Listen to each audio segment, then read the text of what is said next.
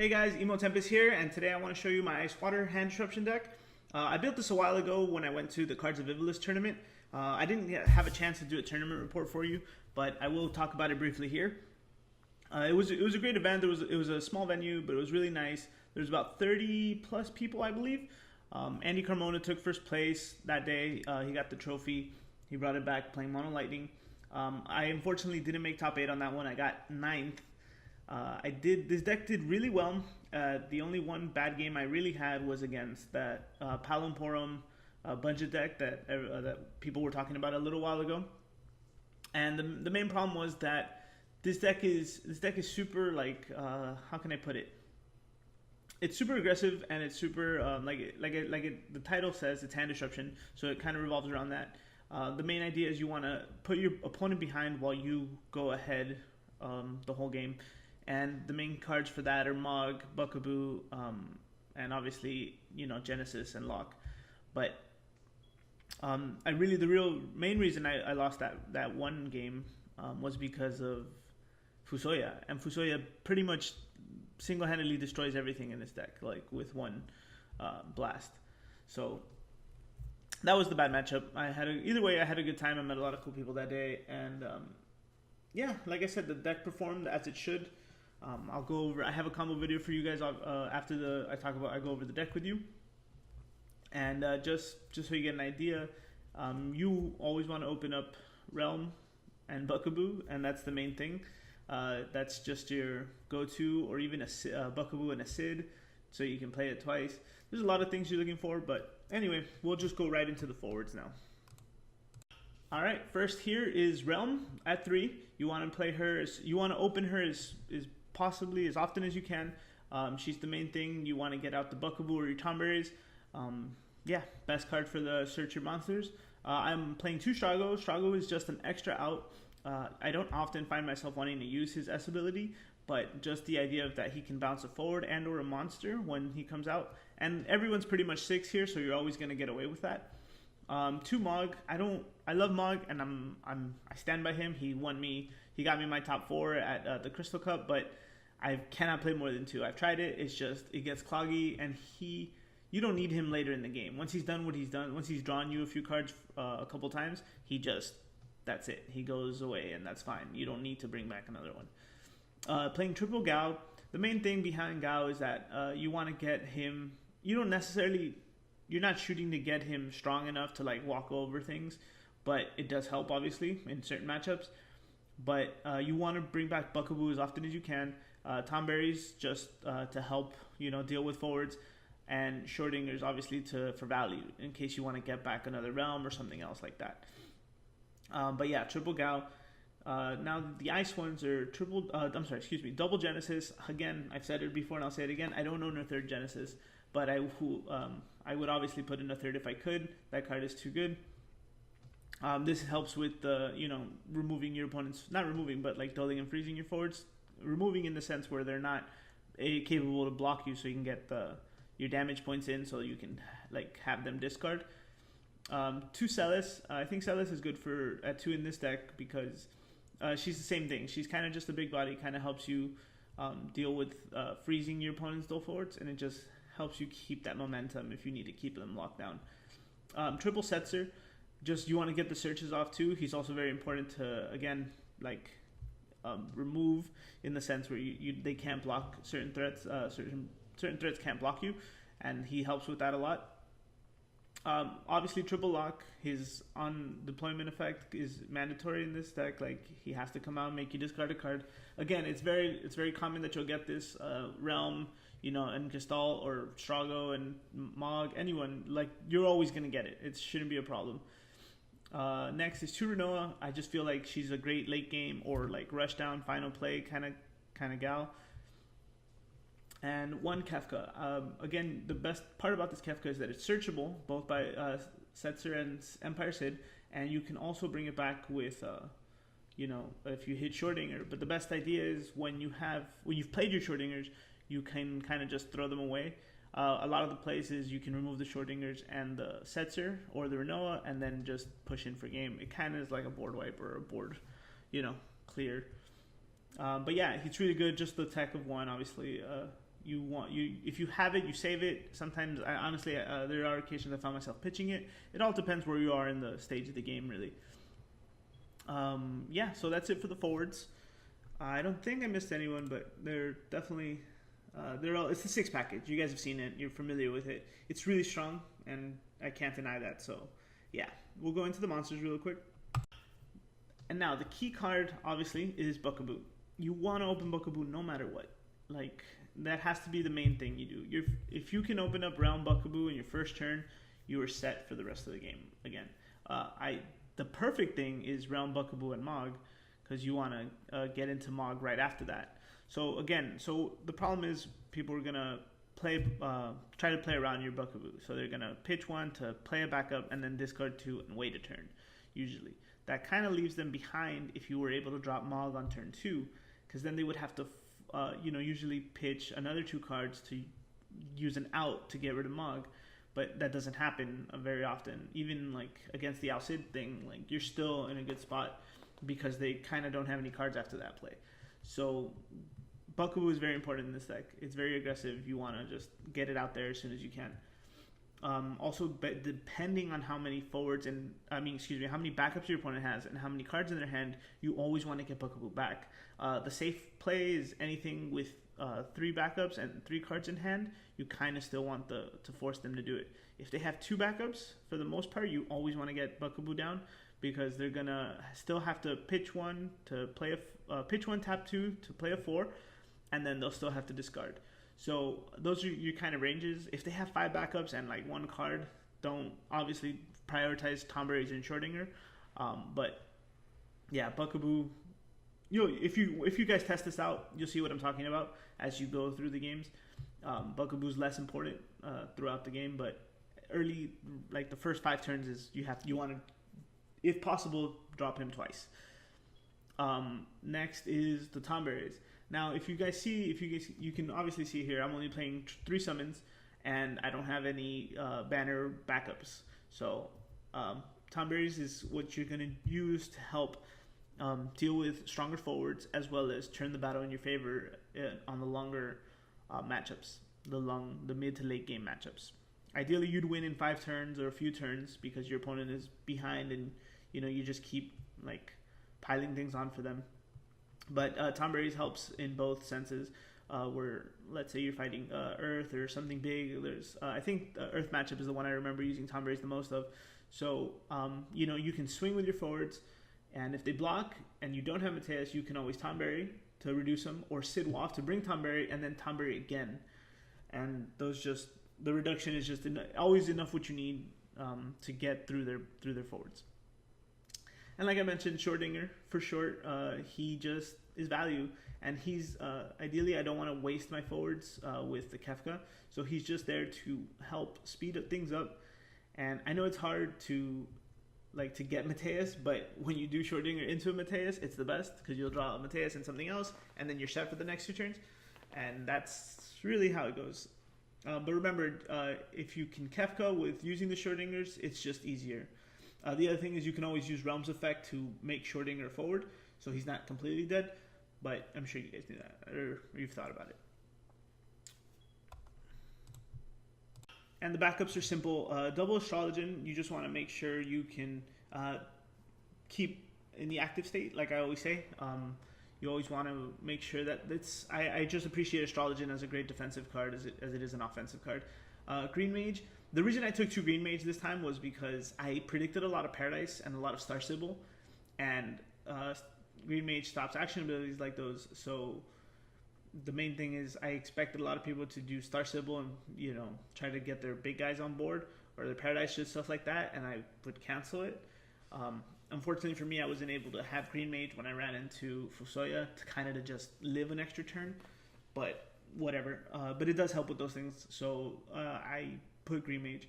Going forward, I would still keep the Green Mage. I really do like, there's a lot more action abilities than you guys are aware of. When you see them, you become aware of it, and so Green Mage is a good card. I really like that it came out in Opus 5. But yeah, going on, 2 Summoner, just to deal with little, just an extra added protection for your guys. What's it called? The stupid Cockatrice and those other Earth summons. The Earth plays a lot of low cost summons, and so the Earth matchup is tough sometimes for this deck, mainly because they get so big, and you don't always have the triple the Mateus in hand. But yeah, Summoner helps deals with those things because it just deals with any summons, low cost summons anyway. You know, your Leviathans, your Bismarcks, and stuff like that. Triple Sidwolf, I already mentioned the Tom Berry's play, but you can also bring back the Buckaboo, and then after you Kefka, I've done this before, you can bring back the Schrodinger just for more value, draw, or get something back. You honestly want to always try to get the backup back, like hit a backup with Schrodinger so you can get something back from the grave, something you've exhausted, preferably a Strago or even a Lock or a Genesis. And then the triple Empire Sid, triple Sidwolf, double Empire Sid. And I don't play the Searchers more than 2. That's just my personal thing. But he gets mostly everyone in the deck. And then the triple Junabot, again, you want to keep their opponents, your opponent's forwards out of the way, and keeping them frozen is a good way to do that. And you'd be surprised. I love. To me, Junabot is the ice equivalent to Odin. It always gets hit on the damage point, and it always freezes something. So it's great. I'm never gonna stop playing that card if I play ice. And 2 Devout. Devout isn't that important in this deck. There isn't those plays. You do just want to bring back, your Genesis Lock or even Strago. I've done the Strago and the Lock and stuff like that, and just it helps. So I remember the play too. I've devouted into Strago. Stragos. I sent Schrodinger Stragos Setzer into the break zone for Kefka to pop one, to Dolan freeze another one, and that was like I swing for a game. It's just little plays like that give you guys just a lot of options when you're going into this game, and that's what I like about the 6 package, especially when you play them all. Like, yeah, I know we don't have Sabin and some of the other ones, but the ice and the water ones do have a lot of versatility against different matchups, and it's really good. Going forward with this deck, I do want to make a similar build, but not so aggressive. Maybe like a tempo ice water deck. The only problem is, again, I'd have to find a balance between the banners, between Waka and the Duke Large. And just for the summons real quick, triple Mateus. Again, you guys are really low, so they're always going to try to assume they can just block you with their big bodies. And Mateus is the cheapest thing for this deck. You do spend your CP in your forwards and in your monsters. So a 1 CP summon that causes you to break a forward and puts you in the lead, sort of, is great. And that's why I only play that. I was playing the Cleons before, but I'd rather not waste my bringing a Cleon back instead of a Tom Berry's or a Buckaboo for this deck. And I felt like Mateus just helped deal with the bigger problems as they came up better than a Cleon, because I have the Summoner, and so the Summoner compensated for the Cleon, if that makes sense for you. But that's definitely that was definitely my thought process for this deck, and it did exceptionally well. The first match was just silly. So the first match I didn't play my game. The game was it became a regular deck, which is why I have the idea of making this into a regular deck as opposed to a Buckaboo Hand Disruption aggressive deck. And I went for the long game, but since the Cards of Ivalice tournament was the first time I'd been exposed to Opus 5 cards in a tournament, I hadn't processed the possibilities of everything. So Arc, I played a Water Wind, like a Uniriku Pain deck, I believe, and I was up against Arc and Van, the Light Van, and the new Arc. And when it came down to it, I had every card I needed to win that following turn. But what ended up happening was he swung and used Arc's ability and Van's ability, so I couldn't block with my 2 forwards, and I didn't realize that was going to happen. I guess silly oversight on my part. I'll admit that. But the rest of the games, like round 2, 4, 5, and 6, I won in 5 turns. I opened Realm Buckaboo, and then I just proceeded, and then Mog once or twice, I think. And again, I made 9th. I just barely missed the bubble. It's fine. I'm not upset. Like I said, Andy took the trophy home for us, so that's great. Shout out to Andy. But this deck did what it was supposed to. 4 out of the 6 rounds that we had, so I'm happy with that. Like I said, going forward, I want to make this into a different version. But this is great, and I just wanted to share it with you guys. So we can go into the combos now. Alright, now I wanted to go into how this deck plays. It's not necessarily combos, because I know when I do deck profiles I cover combos and stuff like that, but I guess I just want to go over the way the deck is played, or the way it's supposed to play, some of the things you're looking for when you're in the middle of your duel. So I guess the most important thing is you want to open Realm and Buckaboo. Now the way it went at the Ivalice Cup, the second round, 4th, 5th, and 6th, I pretty much won in about 3 to 4 turns because I opened Realm and I dug. If I didn't open the Buckaboo, Realm got me there with her effect. So it's very simple. You always want to go. It doesn't matter if you go first or second. I prefer to go first, but so you'll do Realm, you'll fish for a monster, you'll get Buckaboo, and hopefully you'll have enough to pitch for both of these, and then you'll pass turn. Your opponent will pretty much, even if they play a 2-cost CP backup, you'll Buckaboo, and they're down 4 cards. Ideally, you want to also end up with a Sid Waff, or you can even open into, get into a Gao or a Mog. See, the main concept behind this is that your opponent is going to have a hard time trying to get set up while you're just taking in points of damage, and if you happen to get into the Mog, you'll be drawing 3 cards every turn. So pretty much this is just, and then if you can find a way to get this back, Sid Waff it, you'll just bring him back, and your opponent again will have to, eventually play. Let's say he plays a 3-cost on turn 2, he'll have to pitch 1 to play 1, and then he'll be down to 1 card usually. And so my favorite part is when they pitch 2 cards for a 3 or 4-cost backup on turn 1, because then they're really like minus. You just have to make sure you keep count of your opponent's cards. If they only have 1 card and they have at least a few more backups, you don't want to Gao into Buckaboo, because they're just gonna probably pitch whatever they have to use it up, and Buckaboo will be pointless. You'll probably get Schrodinger, or even the Tomberries, because you want to help, just clear their board. See, normally Ice has a problem with big bodies. That's why I'm playing the triple Tomberry. Another thing you guys can do always is, if you do have Realm into Schrodinger, Schrodinger won't necessarily be dead. You can always tap her to make Schrodinger a 7-cost forward, a 7k forward, and that's the other thing. Also, if you have Sid Waff on active when you're attacking, you can always tap and pitch to get Tomberries out. Especially if you're fighting with Gao. Gao will get 1k more for having a monster, and you can reduce something for 2k. So being able to chain or respond into a Tomberries is also very cool. Now, some of the other things, pretty much Schrodinger also, you want to make sure you kind of get out when you can. I would not want to open Schrodinger to be safe. It's not really valuable. It's more valuable later in the game. My only problem with playing it in this deck is I'm only playing 3 summons, the triple Mateus, and it doesn't really, it's very rare that I'll get the draw 2 cards. I would like to play Schrodinger in mono water, because with Garnet and all the summons that it uses, you're more likely to draw those 2 cards often. But sometimes if you don't have the Realm, the important thing is the 1 Kef cut. So there's a couple things you can do here. Let's say you have this or whatever, you can always swing if you get a point, and then the Schrodingers are pretty much dead if Realm is out, or their things are too strong. So you can always pitch the Schrodingers, and you won't really lose anything to bring out the Kefka to break. Now there's also these possibilities. I do this often.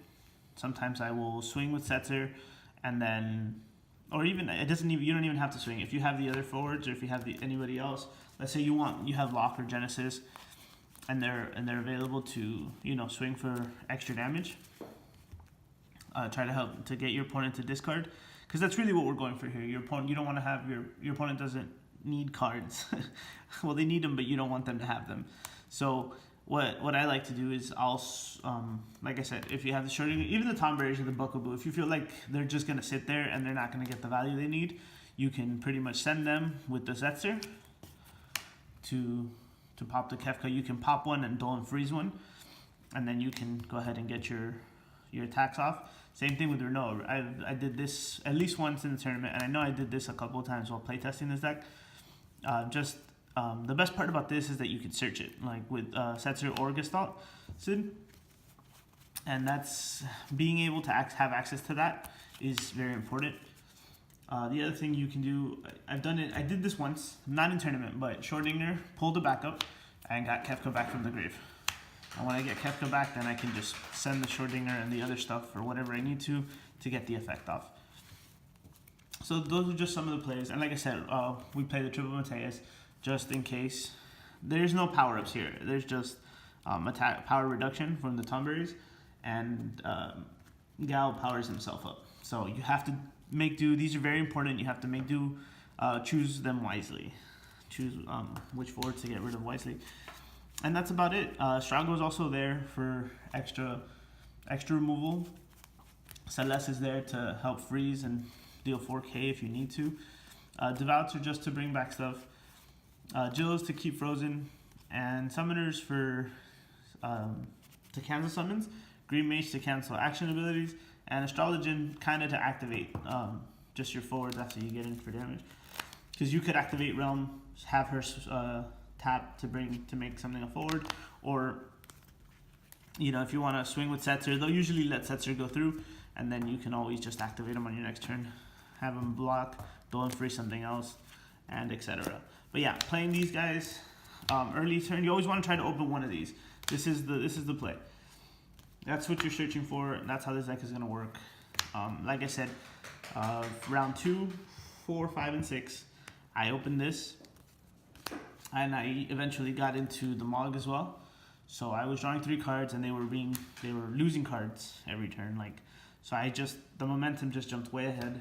I was able to secure the win in 3 to 4 turns. 3 to 4 of my turns, I guess. So yeah, that's it, guys. Thanks for watching.